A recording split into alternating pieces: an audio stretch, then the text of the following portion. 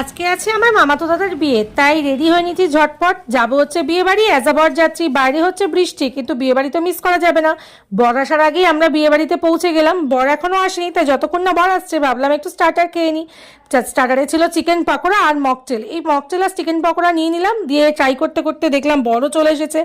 বর মানে হচ্ছে আমার মামাতো দাদা। আসলে আমরা এসেছিলাম ডিরেক্ট বাড়ি থেকে, তাই বর আসার আগেই আমরা পৌঁছে গেছিলাম এখানে বিয়ে বাড়িতে। আর এখন আমরা বাড়ির সবাই মিলে একটুখানি আড্ডা দিয়ে নিচ্ছি। বর এদিকে বিয়েতে বসে গেছে, বাইরে বৃষ্টি হচ্ছে দেখে আমরাও লেট না করে বসে গেলাম ডিনারে সবাই মিলে একসাথে। ডিনার মেনুতে ছিল piece butter fry, salad, kasundi, এছাড়া ছিল হচ্ছে তোমার বাটার নানপুরি, তারপরে পনির বাটার মশলা। আর সব থেকে যেটা ভালো ছিল সেটা হচ্ছে মাটন, বস মাটন। আর পোলাও ছিল, আর চাটনি পাঁপড় তো ছিলই। মিষ্টি বাড়িতে বাবা খায় না, কিন্তু এখানে জোর করাতে দেখলাম একটা মিষ্টি বেশ খেয়েই নিল। খাওয়া শেষ হলে কি হবে, দুই বোনের গল্প কিন্তু এখনো শেষ হয়নি। তো চলো, এখন আমরা বাড়ি চলে এসেছি। আজকে মিনি ব্লগটা এখানেই শেষ করলাম। টাটা, সবাই ভালো থেকো।